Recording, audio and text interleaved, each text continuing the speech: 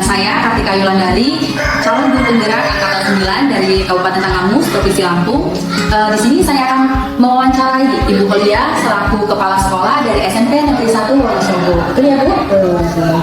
Mohon izin ya Bu, di sini kegiatan ini sebagai pemenuhan tugas terkait tugas saya sebagai calon guru penggerak yang harus mewawancarai Ibu tentang kegiatan pengambilan keputusan. Jadi nanti ini ada beberapa pertanyaan yang akan saya sampaikan. Jadi mohon bantuan Ibu untuk dijawab. Saya akan jawab semampu saya. Baik, terima kasih Ibu. Nah, yang pertama nih Bu, dalam posisi Ibu sebagai kepala sekolah selama ini, kira-kira bagaimana Ibu dapat mengidentifikasi kasus-kasus yang Ibu hadapi yang merupakan kasus tersebut merupakan dilema etika atau rujukan moral? Ya, alhamdulillah ya, ketika saya pernah membaca terkait dilema etika atau rujukan moral. Ini bagaimana cara saya mengidentifikasi itu berkaitan dengan hati nurani tentu ya. Jadi manakala sebuah pengambilan keputusan itu kita berat ya, keputusan A atau B, dua-duanya berat, dua-duanya kasihan gitu ya. Ini kalau tidak bagaimana? Nah, ketika dua-duanya merasa kita itu keberatan, itu salah satu ciri atau identifikasi bagaimana kita termasuk dilema etika. Sementara kalau rujukan moral lebih gampang gitu ya. Jadi kalau sesuatu itu hati nurani kita, kan memang kalau ukur kita itu sebenarnya hati nurani ya. Jadi kalau hati nurani kita sudah mengatakan ini nggak boleh, ini boleh, ini benar, ini salah. Nah, ketika sudah jelas, sangat jelas dan ringan kita memikirkan atau menyimpulkan itu, maka disitulah yang namanya rujukan moral. Artinya di sekolah memang banyak sekali yang terkait rujukan moral. Boleh saya berikan contoh? Oh, iya Bu. Oke, contohnya begini. Ketika ada sebuah kepentingan misalkan, ada yang ingin mendaftar ke sekolah misalkan taruhlah juga apapun, sementara kebutuhannya sudah cukup misalkan. Tapi karena mungkin ada yang memberi oleh-oleh gitu ya. Sementara di sekolah kita mungkin gurunya sudah berlebih gitu ya. Tapi karena saya tergiur, ini sudah jelas kalau yang begini namanya rujukan moral gitu ya. Tapi ini tidak sesuai kebutuhan. Kalau dilematika misalkan ya tentang kenaikan kelas lah ya, ini pertimbangannya masih akan dan itu termasuk dilema. Berarti bisa saya tangkap di sini kalau dilema etika itu berarti memutuskan antara yang benar lawan dengan yang benar gitu ya. Sedangkan untuk rujukan moral itu berarti kita memutuskan antara sesuatu yang benar lawan dengan yang salah. Baik. Jadi jika demikian selama ini bagaimana nih Ibu menjalankan pengambilan keputusan di sekolah? Terutama pada kasus-kasus di mana ada dua kepentingan yang sama-sama benar dan sama-sama mengandung nilai kebajikan. Jadi dilema etika ya. Saya memang tipe orang yang tidak bisa memutuskan apalagi kaitan dengan website sekolah itu sendiri. Saya sangat butuh rekan untuk saya sharing, mendapatkan penguatan apalagi terkait memutuskan sebuah kondisi. Maka yang saya lakukan terkait dengan hal lainnya, biasanya saya kalau itu berbicara aturan, maka itu harus aturannya apa gitu ya. Kemudian saya mencari rekan-rekan lain yang saya anggap, saya pilih, saya pandang bisa memberikan apa ya idenya hal seperti ini. Misalnya di sekolah kan ada wakil, ada wali kelas, ada guru BK dan guru lain yang saya anggap bisa membantu saya untuk mempertimbangkan itu. Jadi dengan berdiskusi kita bisa menimbang. Mungkin ini berat, tapi ada yang paling berat. Gitu. Pasti ada ya. Dengan sudah melakukan diskusi ya atau saling sharing itu, saya yakin di antara dua kondisi benar dan benar ini ada pilihan yang paling benar dan itu akan melegakan hati. Maka saya akan memilihnya ketika saya sudah melakukan keputusan ini. Berarti dengan diskusi. Nah, jika bisa dikatakan langkah-langkah atau prosedur seperti apa yang biasa Ibu lakukan selama ini? Biasanya saya identifikasi dulu ya, artinya ini kasusnya apa, permasalahannya di mana, pemetaannya atau apa ya, masalahnya apa. Sehingga dari identifikasi itu, di awal identifikasi permasalahannya apa, sasarannya apa, penanggung jawabnya siapa, akhirnya bisa kita kembangkan apa yang harus kita tindak lanjuti dari itu semua. Jadi dari tindak lanjut itu kan diharapkan nanti terkumpul ya, apa yang kita butuhkan, sehingga nanti di akhir ada solusi putusan terbaik yang bisa kita berikan.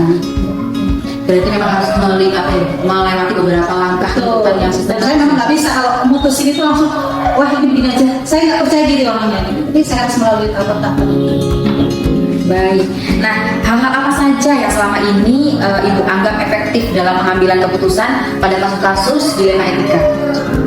Tentu yang paling saya itu kalau saya berdiri sendiri, saya harus tahu aturan. Saya pikir itu hal yang paling efektif.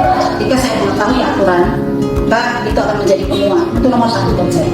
Berikutnya dengan sharing tadi, saya pikir itu juga efektif sebenarnya, itu ya. Jadi akhirnya keputusannya diambil dengan dengan sebuah kelegaan dan kematangan hati. Jadi tidak setelah diputuskan nanti berubah keputusan lagi. Ini kan keputusannya nggak efektif. Karena contohnya ngomongnya misalnya ya. Jadi harapannya tidak terjadi seperti itu. Ketika sudah diputuskan betul-betul sudah bulat dan melalui semua tahapan dan pertimbangan, akhirnya dia tidak ada perubahan. Walaupun memang nyatanya kalau di lapangan ya sangat mungkin sih sebuah keputusan berubah. Nah, dalam setiap pengambilan keputusan pastilah kita akan menemukan sebuah tantangan. Jadi hal-hal apa saja yang selama ini merupakan sebuah tantangan dalam pengambilan keputusan pada kasus-kasus dilema etika yang biasa Ibu hadapi? Apa yang menjadi tantangan terberat ketika Ibu memutuskan suatu masalah? Sebenarnya yang banyak ya, salah satu saja ya. Ketika posisi kenaikan kelas itu adalah kondisi terberat manakala memang keputusan terakhir di sekolah ya, punya ketok palu dan letaknya. Tapi kan kita juga perlu mempertimbangkan pendapat kawan-kawan gitu ya. Jadi di posisi tentang naik kelas itu tadi itu saya pikir hal yang berat. Tantangannya adalah ketika berbeda pendapat antara saya dengan kawan-kawan, sementara saya mungkin berpikir masa depan anak lebih baik. Artinya apa yang hal-hal yang kadang bisa dibantu di tahap berikutnya, naikkan saja dulu gitu ya. Tapi kenyataannya kan kawan-kawan banyak perbedaan pendapat yang berbeda, dan saya pun harus nah memang kita di sebuah instansi atau lembaga itu kan asas mufakat itu juga hal yang harus kita junjung tinggi gitu ya. Jadi kondisi itu yang saya rasa berat gitu.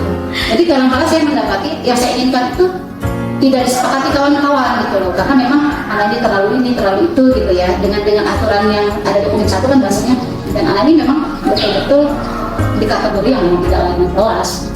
Berarti dalam satu kasus itu bisa terjadi ini ya Bu, dilema etikanya itu bisa lebih dari satu ya Bu.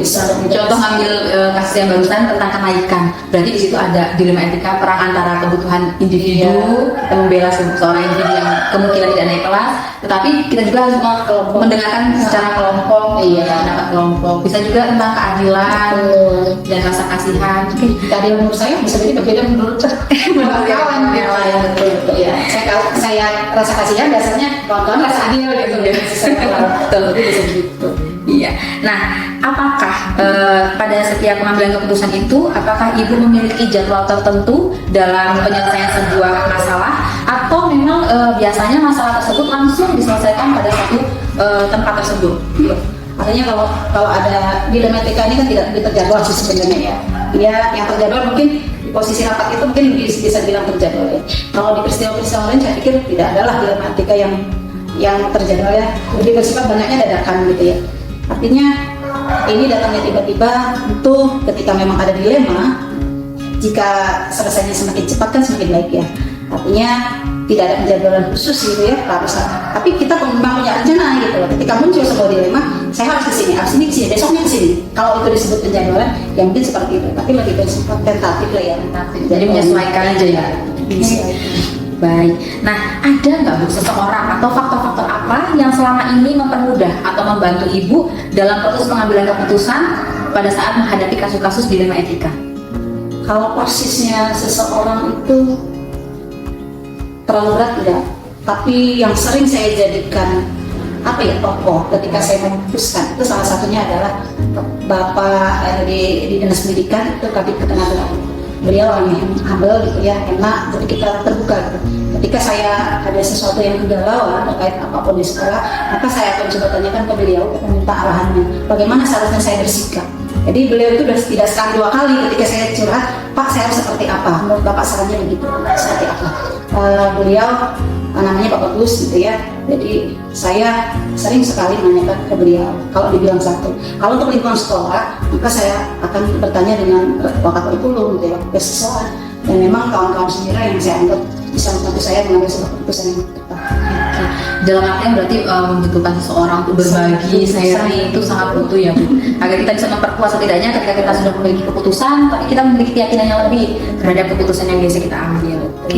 Nah Ibu, dari semua hal yang telah Ibu sampaikan, pembelajaran yang dapat dipetik dari pengalaman yang biasa, pengalaman Ibu yang selama ini sudah menghadapi beberapa kali dilema etika, kemudian permasalahan-permasalahan yang terjadi di ruang lingkup sekolah Ibu, kira-kira pelajaran apa yang dapat Ibu ambil? Jadi memang dalam membuat sebuah keputusan itu, apalagi dia dilema etika, bagian jenisnya, ketika kejadiannya, tentu membutuhkan sebuah pertimbangan yang tidak bisa terburu-buru dan emosi. ada tahapan-tahapan yang harus kita lalui agar keputusan itu bisa melegakan semuanya, gitu ya, melegakan kita selaku pengambil keputusan ataupun orang lain yang mungkin ada kaitannya dalam keputusan itu. Jadi saya pikir tahapan-tahapan itu harus coba kita lalui, kita praktikkan pun sampai bahasa kasarnya karena kepala sekolah. Kalau di Koranin berani nggak siap nggak sampai begitu ya Mbak Tika ya. Jadi ketika saya siap di Koranin nggak masalah, insya Allah itu keputusan yang paling baik yang bisa kita pilih. Dalam artian keputusan itu siap dan dipublikkan gitu ya Bu? Bisa ya. Jika kita takut, nah berarti ada apa-apa. Kita coba analisa lagi gitu. Kita apa yang kita memang nggak kuat. Kalau sudah kuat sampai kesimpulan jika ini dipublis, kamu siap, saya siap. Oke, lanjut putusan Bismillah. Oke, luar biasa sekali ya Bu.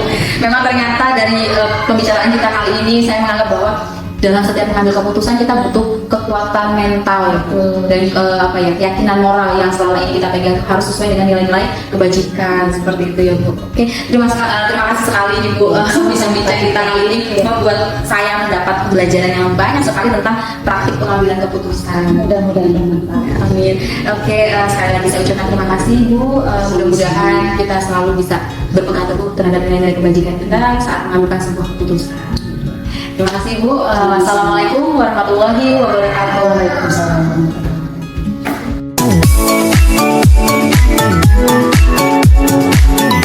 Bismillahirrahmanirrahim. Assalamualaikum warahmatullahi wabarakatuh. Waalaikumsalam warahmatullahi wabarakatuh. Oke, baik. Saya Kartika Yulandari, Bapak merupakan salah satu calon guru penggerak angkatan 9 dari Kabupaten Tanggamus. Nah, di sini Pak, saya mohon izin untuk melakukan sedikit wawancara berkaitan dengan pengambilan keputusan sebagai salah satu bentuk tugas saya sebagai calon guru penggerak. Jadi nanti di sini saya akan memberikan beberapa butir pertanyaan. Mohon izinnya Bapak untuk berkenan menjawab pertanyaan yang saya berikan ke Bapak sebagai pembelajaran buat saya dalam mengambil sebuah keputusan. Siap. Pertanyaannya jangan sulit-sulit ya. Baiklah. Oke. Nah, dalam peran Bapak sebagai kepala sekolah di SMA Negeri 1 Semaka ini, pasti Bapak pernah mengalami atau menghadapi sebuah permasalahan. Nah, kira-kira selama ini bagaimana Bapak dapat mengidentifikasi kasus-kasus yang merupakan dilema etika atau merupakan rujukan moral? Oke. Kasus dilema etika, benar lawan benar, itu kasus yang kedua rujukan moral, benar dengan salah. Baik, biasanya sih saya selaku pimpinan ketika menangani masalah-masalah yang berkaitan dengan dilema etika, biasanya sih saya akan melihat dulu konteksnya permasalahan dengan melihat fakta-fakta yang ada. Jika situasi permasalahan yang terjadi mengharuskan saya memilih dua pilihan yang benar secara moral, namun bertentangan, itu mungkin permasalahan tersebut disebut dengan dilema etika. Itu seperti itu, pengertian saya seperti itu.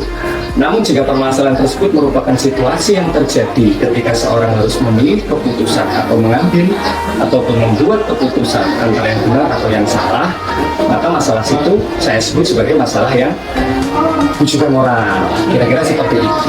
Berarti lihat konteks faktanya ya Pak. Oh. Kalau itu merupakan sesuatu yang benar dan sulit untuk diputuskan, berarti itu termasuk dilema etika. Iya. Karena biasanya harus merasakan dulu, melihat dulu, kan begitu biasanya. Nah, dalam menghadapi permasalahan tersebut nih Pak, bagaimana selama ini Bapak menjalankan pengambilan keputusan di sekolah, terutama untuk kasus-kasus yang berkaitan dengan dua kepentingan yang sama-sama benar atau lebih ke dilema etika tersebut Pak? Dua-dua permasalahannya itu kan mengandung nilai-nilai kebajikan yang sama gitu kan. Kira-kira bagaimana cara Bapak menjalankan pengambilan keputusan? Iya. Ini kelihatannya pertanyaannya mudah tapi jawabannya juga sulit karena sama-sama benar dalam dilema etika ini. Kadang saya sebagai seorang pemimpin, saya itu harus melakukan beberapa langkah untuk menimbang, menilai kebijakan mana yang harus saya dahulukan gitu. Atau saya anggap lebih baik untuk ambil dalam keputusan yang saya akan buat. Karena dalam hal ini saya harus benar-benar melihat sisi positif dan sisi negatif yang dapat saya hasilkan dari dampak hasil keputusan yang saya ambil. Kira-kira seperti itu. Memang setiap keputusan yang diambil pasti ada dampaknya ya Pak. Iya. Entah itu ada sisi positif ataupun negatif. Nah, tenang ya Pak, Oke, Oke. Nah, untuk langkah-langkah Pak atau prosedur seperti apa yang biasa Bapak lakukan selama ini dalam proses Menangani- pengambilan keputusan yang menangani suatu kasus dikatakan Pak? etika itu tadi, Iya, dilema etika itu. etika. Biasanya sih langkah-langkahnya kalau menurut saya sih senyampainya, kalau misalnya ditanyakan langkahnya, yang saya pahami itu ya biasanya mengenali dulu nilai-nilai yang saling bertentangan itu apa yang dipermasalahkan, itu yang pertama. Yang kedua, siapa saja sih yang terlibat dalam kasus-kasus itu atau dalam situasi masalah itu. Kemudian yang ketiga, mengumpulkan fakta biasanya, mengumpulkan faktanya itu seperti apa, bagaimana, di mana prosesnya seperti itu terjadi, permasalahan itu di mana. Kemudian kalau dibilang menguji, nggak menguji, tapi mungkin hanya yang keempat itu hanya melihat apakah ada bentuk pelanggaran dalam apa namanya hukum, apa ada pelanggaran hukum maksud saya dalam kejadian itu, atau mungkin apa juga ada pelanggaran kode etik, itu bisa jadi juga, atau melihat bisa merasakan dengan insting, itu juga bisa. Kemudian biasanya langkah yang lain yang dilakukan itu adalah melihat dari apa ya, dari pengujian yang benar lawan benar misalnya, atau dilema etika itu misalnya individu lawan kelompok gitu kan misalnya kan, kemudian rasa keadilan lawan rasa kasihan gitu kan, dan yang lainnya ada 4 itulah. Kemudian yang selanjutnya itu melakukan prinsip menimbang terkait dengan prinsip mana yang akan dipakai, dan yang terakhir itu biasanya melihat atau menindaklanjuti apakah yang diambil itu ada apa ya, ada sesuatu yang bisa kita gunakan jika masalah ini terjadi sebagai rujukan, kira-kira seperti itu. Nah, sekarang terkait hal-hal Pak, hal-hal apa saja yang selama ini Bapak anggap efektif, misalkan ketika Bapak melakukan pengambilan keputusan, hal apa yang menjadi rujukan Bapak merasa efektif untuk menghadapi kasus dilema etika? Hal-hal yang dianggap efektif dalam pengambilan keputusan masalah dilema etika. Biasanya sih saya ini kata benar dengan benar ya, sebetulnya tidak ada yang salah sebetulnya kalau dilihat dalam kasusnya. Kalau biasanya yang terjadi, saya menggunakan metodenya demokrasi, Bu. Jadi misalnya saya mengumpulkan beberapa orang yang benar-benar netral gitu ya, orang-orang yang memang dianggap sepuh, yang bisa mengeluarkan pendapatnya, melihat secara keseluruhan, menganalisis, kemudian saya mintain pendapatnya, kira-kira seperti itu. Tapi sebelum itu dibuat harus punya kesepakatan, karena kasus dilema etika itu kan ada minimal dua orang, dua kelompok gitu ya. Dari hasil demokrasi apapun yang diputuskan harus disepakati nanti dilakukan. Kira-kira catatannya sebelum melakukan itu seperti itu. Berarti melalui musyawarah dan mufakat ya Pak ya? Iya, benar. Kira-kira seperti itulah. Sederhananya seperti itu. Nah, apakah Bapak memiliki sebuah jadwal tertentu atau tata kala untuk menghadapi permasalahan tersebut, atau memang ketika masalah tersebut terjadi langsung diselesaikan pada saat itu juga di tempat itu? Apakah punya waktu khusus? Kalau saya melihat kasusnya dulu, kalau dalam dilema etika itu, kalau misalnya kasusnya hanya 1 lawan 1 sama-sama benar dan itu individu, itu mungkin dan masalahnya nggak terlalu pelik, saya rasa bisa diselesaikan langsung di tempat. Tapi kalau masalahnya sudah antar kelompok, kelompoknya banyak, ini saya yakin akan membutuhkan banyak waktu dan mungkin waktu tertentu, butuh ruang, butuh tempat. Kenapa? Karena ketika sudah banyak kelompok, mereka semua merasa benar. Maka saat itu saya juga harus benar-benar paling tidak mendatangkan orang-orang yang dalam tanda kutip, yang seperti tadi saya sampaikan, dia punya pengalaman, punya kompetensi untuk membantu menyelesaikan itu. Seperti itu kira-kira. Nah, yang paling unik nih Pak, dalam setiap pengambilan keputusan atau menghadapi sebuah kasus kita katakanlah, pasti ada tantangan ya Pak dalam memecahkan permasalahan tersebut. Kira-kira hal apa saja yang selama ini merupakan tantangan dalam pengambilan sebuah keputusan pada kasus dilema etika? Tantangan ya dalam pengambilan keputusan dalam dilema etika begini. Seperti yang saya sampaikan, banyaknya kelompok-kelompok yang ada, wajar lah. Kalau contoh di sekolah SMA gitu, sekolah banyak orang. Ya, contoh guru itu banyak, ada 57 guru, itu pasti punya kelompok-kelompok yang dalam tanda kutip pada saat ngobrol, pada saat cerita, pada saat curhat dan lain sebagainya. Begitu juga siswa, begitu mereka juga akan mengelompok yang satu hati, mereka akan mengelompok membahas masalah. Tantangannya adalah ketika dalam masalah etika ini munculnya antar kelompok yang banyak, yang besar. Ini sulit menanganinya. Tetapi dulu pernah kejadian dengan cara mendatangkan orang-orang tertentu dari pihak-pihak terkait yang dianggap sepuh dari sekolahan, kemudian yang kompeten dari apa ya, unsur-unsur yang kita anggap penting untuk kita datangkan, ya sangat membantu saat itu. Berarti tantangannya kalau saya tangkap itu sulit untuk memberikan kepuasan bagi semua pihak ya Pak? Betul, ya karena kan kelompok banyak itu tadi, ketika dia kelompoknya banyak pasti akan semua kelompok memang saya benar. Ini kan semakin sulit, sama benar, semakin benar. Kira-kira seperti itulah. Baik. Nah, adakah seseorang atau faktor-faktor apa yang selama ini mempermudah Bapak dan membantu Bapak dalam pengambilan keputusan pada kasus-kasus dilema? Ada nggak Pak seseorang atau sesuatu yang memberikan kemudahan bagi Bapak dalam menghadapi permasalahan? Dalam pengalaman saya sebagai seorang pemimpin itu selalu berprinsip tidak ada masalah yang tidak bisa selesaikan, dan biasanya sih prinsip-prinsip itu selalu saya gunakan di mana-mana. Kuncinya bagi saya atau faktornya bagi saya atau kuncinya itu ada 3 sih sebetulnya, tapi 1 sebetulnya komunikasi yang pertama, yang kedua komunikasi, yang ketiga komunikasi. Itu kemudian biasanya ditambah lagi kebersamaan. Arti kebersamaan itu begini, ketika sudah komunikasi kemudian diberikan ruang, diberikan tempat untuk mereka saling komunikasi dengan semua pihak, kemudian kebersamaan itu merasakan saling tahu rasanya, ceritanya dia paham, maka di sana akan sama-sama menggugah hatinya untuk ikut menyelesaikan masalah itu. Itu kalau mungkin ditanyakan faktor tadi ya. Faktor atau kalau seseorang sih bagi saya itu faktor lah sementara.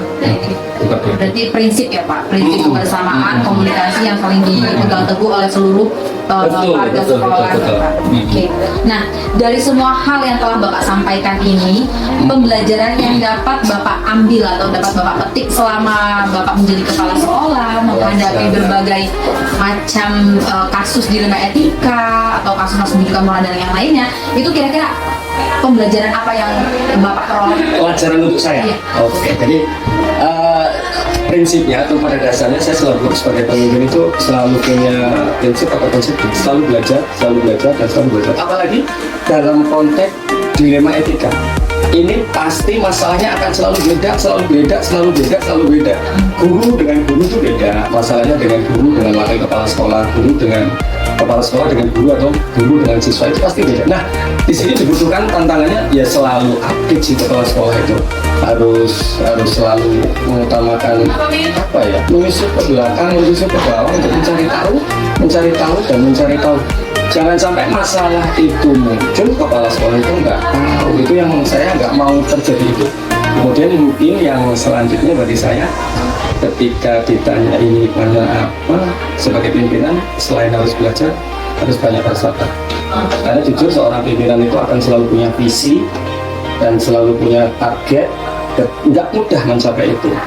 Nah, ketika muncul masalah-masalah dilema etika, paling tidak itu juga akan sedikit menghambat ataupun mempengaruhi. Dan di situ saya juga harus banyak bersabar. Dan di situ saya juga kadang menggunakan konteks apa ya kalau dalam orang Jawa itu kurian kan ya, mungkin itu. Oke, luar biasa sekali Bapak sebagai sosok kepala sekolah yang selalu belajar dan bersabar. Dari pembicaraan kita kali ini, Pak Bincang kita itu memberikan pembelajaran yang banyak sekali, di mana tadi ada beberapa prinsip baik yang harus kita atau yang harus saya ambil, yaitu di mana kita harus menjalin komunikasi yang baik, kemudian keterbukaan, kemudian juga bagaimana kita terus belajar dalam menghadapi suatu permasalahan. Itu menjadikan saya ingin terus belajar seperti Bapak. Agar mudah-mudahan saya bisa mengambil sebuah keputusan yang pada suatu saat di masa yang akan datang Amin.